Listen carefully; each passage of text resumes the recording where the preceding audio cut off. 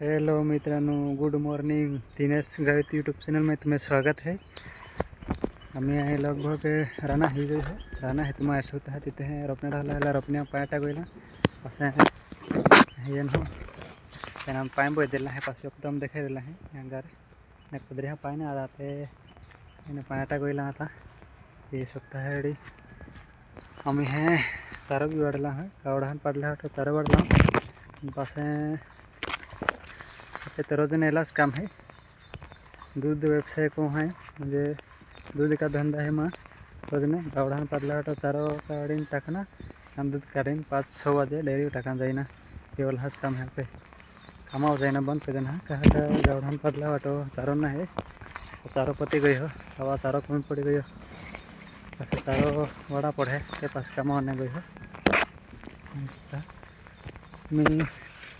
हंगा चारो वाला मी चारोला हटे